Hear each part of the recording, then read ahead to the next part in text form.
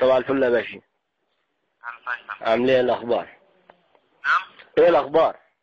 اهلا وسهلا، تحت امر سيادتك، اتفضل. طب انا كنت عايز استفسر على شويه حاجات كده والله. تحت امر سيادتك يا فندم، ممكن في البدايه الشرف بالاسم؟ ها؟ تحت امر سيادتك، ممكن في البدايه الشرف بالاسم؟ ولا نعم. ولا استاذ ولاء؟ اه اهلا وسهلا استاذ ولاء. استاذ ولاء، استفسار سيادتك خاص بالرقم اللي حضرتك تتكلم منه؟ لسه جايبه جديد وفرحان بقى ومبسوط والعمليه هاي خالص. الف مبروك على الخط يا فندم. الله يبارك فيك يا باشا. انا والله جايب الخط ده مخصوص عشان بحبكم وبعزكم، بعز اتصالات داي. تحت امر سيادتك يا فندم. بقول لك يا باشا، اتفضل. دلوقتي انا جبت خط جديد. ها؟ الف مبروك على الخط مره ثانيه. تمام وجبت عده جديده. تمام. قلت ليش مبروك على عدي؟ ها؟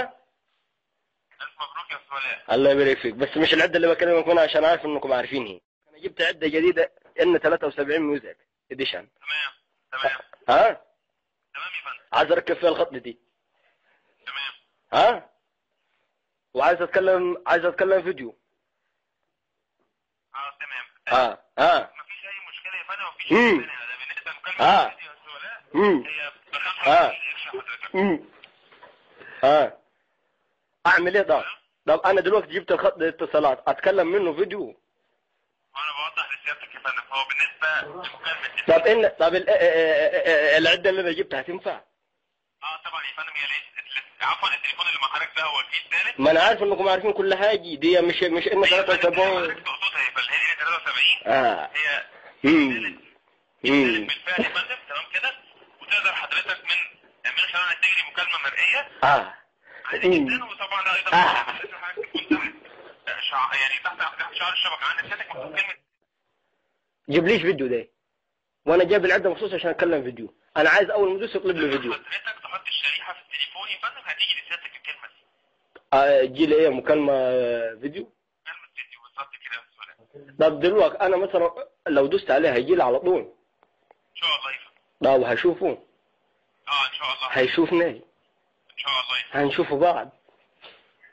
انا وضحت لحضرتك يا فندم ان ينفع. طب دلوقتي في جينا فيه، لو سافرت جيني يعني انا مش هفضل طول عمري في مصر عشان اتكلم فيديو، لازم اسافر بلدني. تمام. جينا فيه.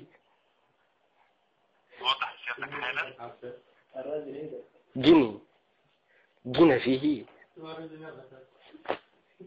الو. لحظه يا فندم، وضح لحضرتك حالا اذا كان جينا فيه. فيها ولا حتى ريح بقى قدر كان معدي جنبينا خالص. الكروت يا مان يا شيخ. كروت يا فندم؟ الكروت. مالها الكروت؟ الكروت الشاحن. مالها يا فندم؟ كام الاسعار عشان انا بشتريها بسعر وانتوا بتقولوا عليها بسعر ثاني. هو حضرتك يا فندم دلوقتي سعر الكارت مثلا على سبيل المثال الكارت ب 10 بيتباع ب 10 جنيه وبيدي لحضرتك رصيد 10 جنيه. ها؟ بيتباع الكارت ب 10 جنيه وبيدي لحضرتك يا فندم رصيد 10 جنيه. لا ما مش كده. امال ايه يا فندم اللي كده عند حضرتك؟ دقيقة.